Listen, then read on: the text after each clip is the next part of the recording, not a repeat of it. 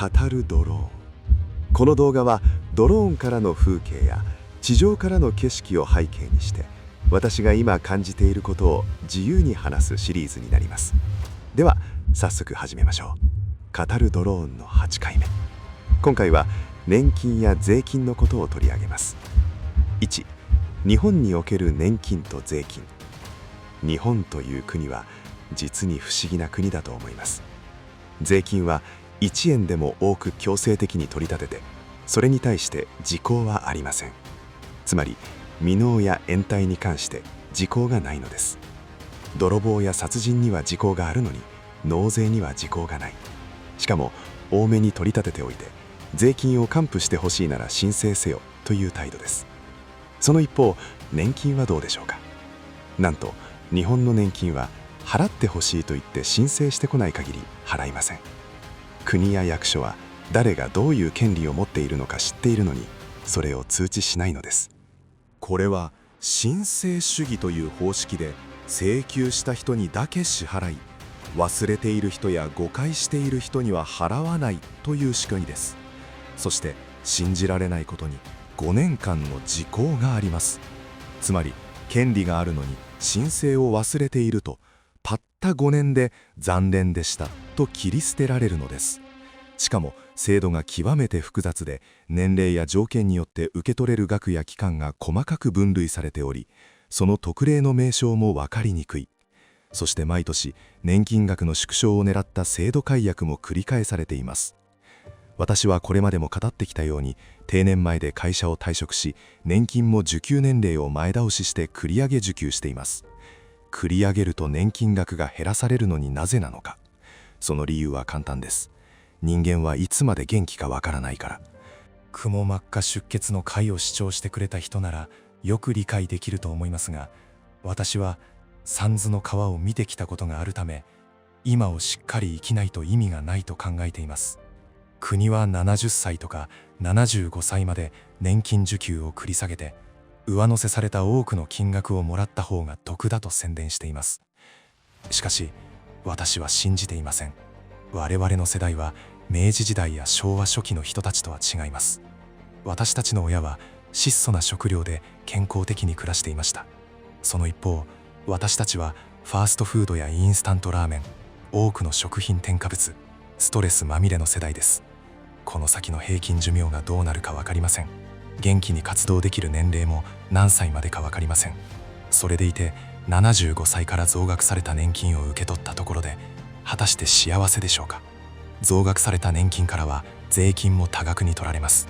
各種の生活保障も制限されます。そういった考えから私はさっさと年金を受給し始めました。さて、話題を少し変えましょう。日本以外では年金制度はどうなっているのでしょうか。2、ドイツの年金制度。ドイツでは年金加入者に対して年金情報通知書がまるで精密機器の使用書のように毎年届きます。日本にも年金定期便はあります。しかしあれって見やすいですか。専門用語を散りばめた非常に分かりにくいハガキですよね。しかも受給予定額は入っていますが、漏れはありませんかと書いてあったり、配偶者や子どもの加算給付等については一切書かれていません。その一方、ドイツはあなたの権利はこれこれで、総額いくら出る予定だ、忘れないで受け取るようにという趣旨の案内が届きます。日本に比べると極めて親切です。しかしよく考えてみてください。これって民間企業からしたら当たり前のサービスレベル。制度が複雑だからこそ、それを噛み砕いて教えてくれる普通の人間のすることですよね。繰り返しますが、ドイツでは55歳を超えると詳細な計算書が届き、あなたの権利はこれだけです、手続きを忘れないでくださいと国がプッシュ型で攻めてくるのです。かつて同じ敗戦国として精密なものづくりで世界を驚かせたドイツ。あちらの年金システムはベンツのエンジンのように正確に持ち主、国民にその性能、権利を通知する。一方、我が国のシステムは税金の徴収だけフェラーリのような加速を見せ、年金給付の段になると古びた地図も持たせずに自分でゴールを探せと放り出す。迷っているうちに5年が過ぎればその権利は砂のように消えてなくなるのです。ドイツと日本を比べてみます。ドイツの年金計算書は誰にでもわかる標準化された通知。一方、日本の年金定期便は複雑怪奇な特例の山。読み解くには社労士並みの知識が必要です。時効の考え方も異なります。ドイツでは年金の受給権は公的な約束。不備があれば過去に遡って是正されることもあります。しかし日本では年金にも5年時効が適用されます。制度の複雑さで気づかなかった個人を国は知らなかった人が悪いとして自己責任で切り捨てます。特例や加算金の罠についても同様です。ドイツの場合、家族構成などはデータ連携され、受給金額は自動計算に近い。ですが日本は振替加算等の申請漏れが非常に多い。専業主婦期間の長い妻が夫の退職後に自分で正しく申請しないと一生もらえない仕組みになっています。ひどくないですか？ 3. なぜ日本は申請主義を貫くのか。かつての日本は企業が丸抱えで社員の面倒を見る日本型雇用でした。それがセーフティーネットの役割を果たしていたのです。国は企業が管理しているから個人は窓口に来なくていいというスタンス。しかしそのシステムが崩壊した後も国は管理コストを負いたくない。そのため権利が欲しければ自分で手を挙げろ、申請せよという自己責任方式にしました。しかしその本音としてはこうです。全員に自動で払うと予算、税金、保険料がいくらあっても足りない。気づかない人は払わなくて済むからラッキーという財政維持のための不作為の期待。本来払うべき金額は分かっており予算化されますが、申請してこなかった人の分は時効を待って国庫に戻すのです。次に縦割り行政によるデータの断絶があります。日本の行政システムはデータベースが統合されていません。税金のデータベース、年金のデータベース、住民票のデータベース、戸籍のデータベースがバラバラで、しかも古いレガシーシステムが動いています。本来なら夫が65歳になったり妻が65歳になった時点で下級年金にまつわる権利についてアナウンスがあるべきです。しかしデータベースをまたぐ照会には本人の同意・申請が必要という法的な言い訳を盾にして自動化を拒んでいます。これも確信犯です。最後に役人の保身があります。日本の役所文化では1円でも多く払いすぎることは1億円払い忘れることよりも重い罪と考えます。自動で振り込んで、もし後から受給資格がなかったと判明した場合、回収作業という膨大なコストと責任が発生します。ですので、本人が申請し、証拠書類を出したから払った。もし間違いがあれば本人の責任だというロジックに逃げるため、あえて不親切な申請主義を維持しているのです。情けないですよね。私がこの仕組みやシステムの責任者であれば、即刻この設計者は解雇します。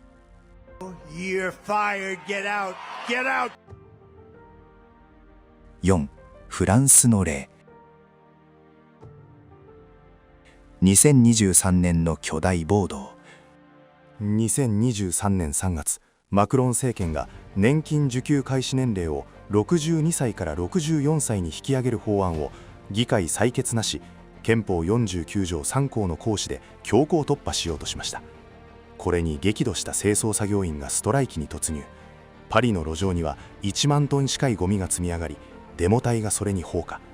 夜のパリがゴミの山とともに燃え上がる映像は世界中に衝撃を与えました。マクロン大統領が地方視察に行くたびに住民が鍋、カセロールを叩いて猛烈な騒音を出し演説をかき消しました。これがフランス人の抗議であり、彼らは黙っていないのです。その人数はなんと100万人以上。その一方、お人よしの日本人は年金事務所の窓口で寡黙に申請書類と戦っています。フランスの友人たちに聞いてほしい。2023年、君たちは2年の延長に怒り、パリの街をゴミの炎で染め上げた。鍋を叩き、美術館を閉め、国家にノーを突きつけた。その情熱を少しだけ分けてくれないか。我が国日本では受給年齢の引き上げどころではない。権利があることさえ教えない。5年経てば時効で没収する。そんな君たちなら大統領府を包囲するレベルの制度上の欠陥が伝統的な仕様として涼しい顔で稼働し続けているんだ。日本の静けさは平和の象徴ではない。巨大なシステムにデバッグを諦めた老人たちの絶望に近い。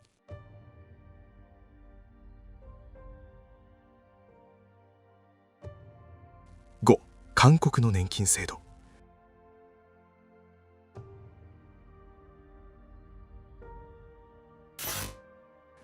私の好きな韓国はどうでしょうか。結論から言うと日本以上に問題かもしれません。1960年代から70年代、韓国はハンガンの奇跡と呼ばれる猛烈な経済成長を突き進んでいました。当時の政府のスタンスは明確でした。今、年金にお金を使うくらいなら、その金を工場や道路に突っ込もう。国が豊かになれば老後は勝手に良くなるはずだ。そういう姿勢だったようです。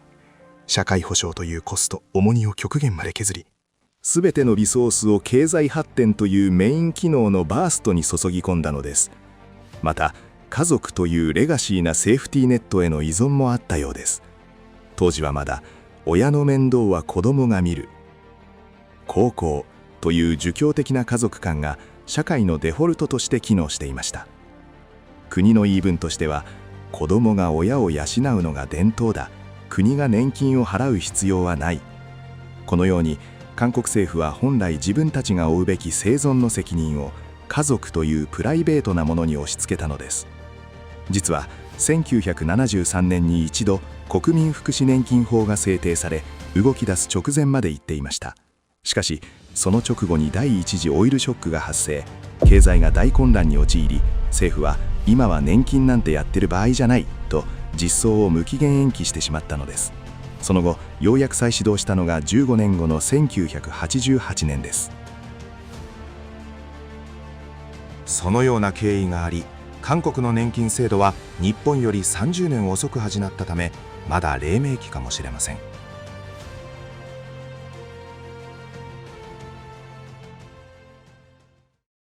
5、アメリカはどうか。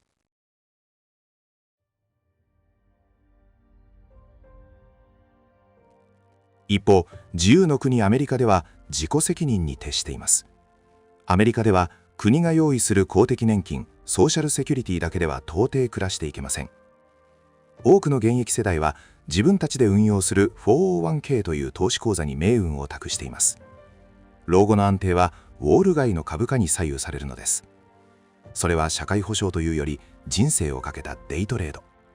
しかも彼らは死ぬまで働くのがデフォルトです。アメリカのスーパーやファストフード店で80歳近い高齢者がレジ打ちをしている光景は珍しくありません。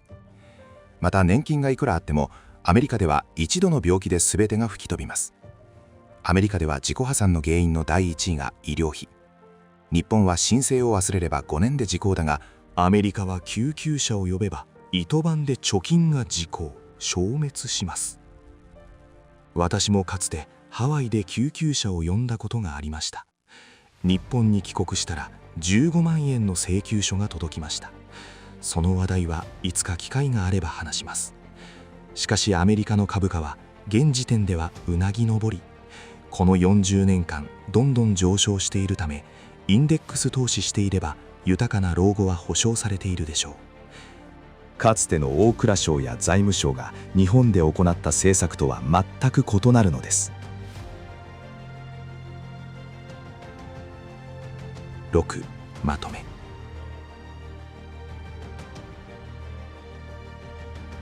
ドイツは正確に通知し、フランスは権利を求めて逃走し、韓国は遅れを取り戻すべく失踪する。そしてアメリカは老後を投資という名のルーレットに預けている。その一方で我が国日本、私たちが直面しているのはそれらとは違う。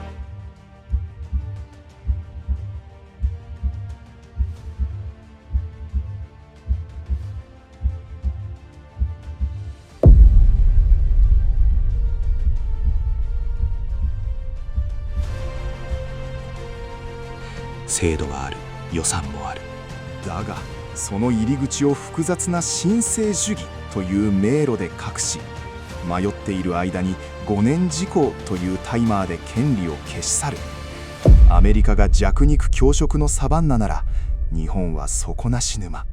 見た目は美しく整えられているが、一度足を踏み外せば誰にも気づかれぬまま静かに公的に忘れ去られていく。私はエンジニアとして、私はこのバグだられの仕様書を書き換えたい。でも今は動画が消えかけた権利を呼び戻すデバッグツールになることを願っています。これを見終わったら年金についてきちんと調べ直してください。下級年金など解約が続いています。きちんと紐解いて年金事務所に行ってみましょう。こんなに長く視聴いただきありがとうございました。また次回お会いしましょう。